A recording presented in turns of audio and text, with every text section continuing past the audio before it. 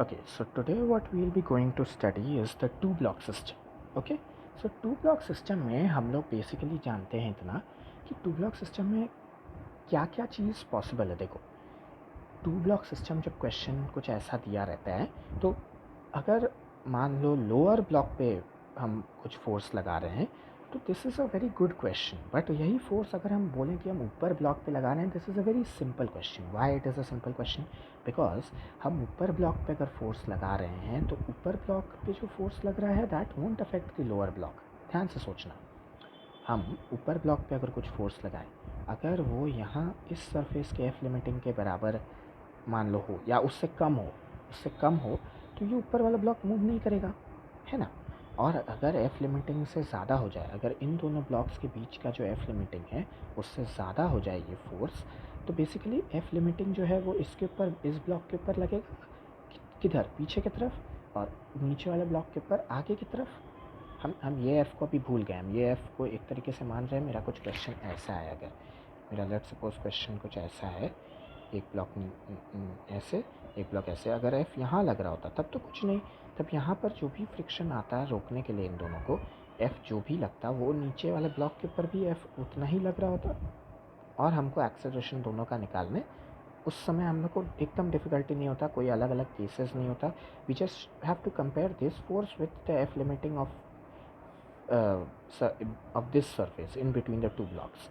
उस समय बहुत क्वेश्चन बहुत सिंपल होता, बट जब लोअर ब्लॉक में लगता है तब ऊपर वाला ब्लॉक भी बहुत भयानक टाइप से इफेक्ट होता है। कैसे कैसे केसेस में that we will understand over here now.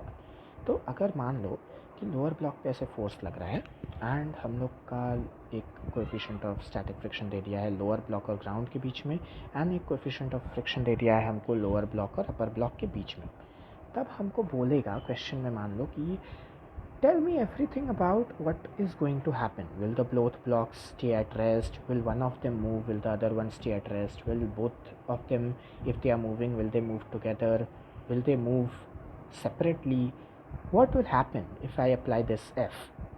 तो वो डिपेंड करता है कि ये जो एफ का वैल्यू है ये कितना है उस पर, और वो एफ का वैल्यू को हम कंपेयर करते हैं to one value that we find out in the question. Before solving the question only we'll find out one value named as f max, और उस f max से हम लोग अपना जो given f है उसको कंपेयर करके अलग अलग केसेस में एंटर करेंगे। तो सबसे पहले ये f max होता क्या है?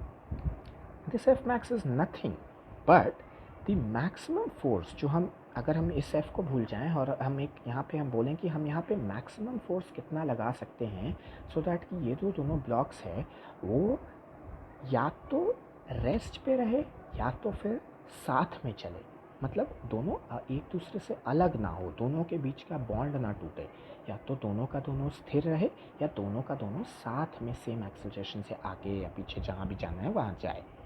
तो वो एफ मैक्स हमको निकालना है। That is before solving even the question. Okay, right now just the setup, इस एफ को भूल के पहले एफ मैक्स निकालते हैं।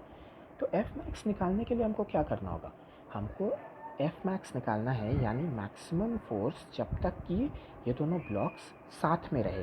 तो हमको मैक्सिमम फोर्स अगर हमको चाहिए तो हम क्या बोलें कि अगर हमको राइट साइड एक फोर्स है जो कि हमको एफ मैक्स करना है इसको, तो हमको लेफ़्ट साइड जितना हम मैक्सिमाइज़ कर सकते हैं फोर्स उतना हम करेंगे, तब ना मेरा ये एफ का वैल्यू मैक्सिमम आएगा, क्योंकि हम लेफ़्ट और राइट को इक्वेट ही तो करेंगे at the end along with mass into acceleration. तो हमको लेफ़्ट साइड में, अगर नीचे वाले ब्लॉक पे अगर राइट साइड की तरफ एफ मैक्स लग रहा है तो नीचे वाले ब्लॉक पे हमको लेफ़्ट साइड में मैक्सिमम जितना हम फ्रिक्शन लगा सकते हैं या एनी फोर्स जो हम लगा सकते हैं वो हम लगाएंगे। तो हम क्या करेंगे एफ मैक्स निकालने के लिए, the algorithm for finding the F maxes, हर सरफेस पे हम सबसे पहले लगा देंगे एफ लिमिटिंग। ठीक है, we use F limiting at all contact surfaces to calculate F max. और कैसे लगाएंगे, एफ मैक्स के अपोजिट नीचे वाले ब्लॉक पे एफ लिमिटिंग देखो कितना होगा, 15 न्यूटन के बराबर, 0.1 इंटू 150, 50 और 100 मिला के 150, तो 0.1 इंटू 150 विल गिव अस 15, और F limiting between these two blocks will be equal to how much, 0.2 into 50, that will be 10 newton. तो हम 15 न्यूटन लगाए 10 के जी ब्लॉक के ऊपर पीछे की तरफ, और जो यहाँ पर मेरे पास चॉइस था कि हम एफ लिमिटिंग को 10 के जी वाले ब्लॉक पे आगे की तरफ लगाएं, यानी 5 के जी वाले ब्लॉक के ऊपर पीछे की तरफ लगाएं, या फिर जस्ट द अपोजिट। तो हम चूज़ क्या किए, हम वो चूज़ किए जहाँ पे हम एफ लिमिटिंग को नीचे वाले ब्लॉक के ऊपर लेफ़्ट की तरफ लगा रहे हैं एंड इस वाले के ऊपर राइट की तरफ लगा रहे हैं। क्यों ऐसा? क्योंकि हमको एफ का वैल्यू मैक्सिमाइज़ करना था, तो हम लेफ़्ट की तरफ मैक्सिमम जितना रेजिस्टिव फोर्स लगा सकते थे 10 kg ब्लॉक पे वो हम लगा दिए। तो 10 न्यूटन हम लगा दिए इसके ऊपर पीछे की तरफ, तो ऑब्वियसली इसके ऊपर आगे की तरफ लग गया, राइट। नाउ तो एफ मैक्स का कैलकुलेशन अब शुरू होता है। तो 5 kg वाले ब्लॉक के लिए अभी देखो ध्यान से, 5 kg वाले ब्लॉक के लिए क्या क्या फोर्स लग रहा है। 5 kg वाले ब्लॉक के ऊपर तो बस एक 10 न्यूटन का फोर्स आगे की तरफ लग रहा है, तो उसका एक्सेलरेशन कितना होगा, 10/5, 10/5 2 मीटर/सेकंड स्क्वायर। और चूँकि हम लोग यहाँ पे एफ मैक्सिमम का कैलकुलेशन कर रहे हैं और एफ मैक्सिमम का मतलब ही ये होता है कि दोनों ब्लॉक्स या तो रेस्ट पे है, यानी दोनों ब्लॉक्स का एक्सेलरेशन या तो ज़ीरो है या तो फिर दोनों का दोनों कुछ कांस्टेंट सेम एक्सेलरेशन से चल रहा है, मतलब दोनों का एक्सेलरेशन सेम है। तो हम तो यहाँ पे एफ मैक्स का कैलकुलेशन कर रहे हैं, तो अगर मेरा एक का एक्सेलरेशन आ गया तो दूसरा का भी उतना ही होना चाहिए एक्सेलरेशन। तो अगर ऊपर वाले का 2 मीटर/सेकंड स्क्वायर है तो 10 kg वाले का भी 2 मीटर/सेकंड स्क्वायर ही एक्सेलरेशन होगा। Since f max means both blocks have the same acceleration, for second block of 10 kg acceleration will be 2 metre per second square. Now, so why so? Because the 5 kg block has acceleration 2 metre per second square. अब basically हमको पता है कि हमको यहाँ पे F P D equation अगर हम लगाएं तो क्या होगा, एफ मैक्स -15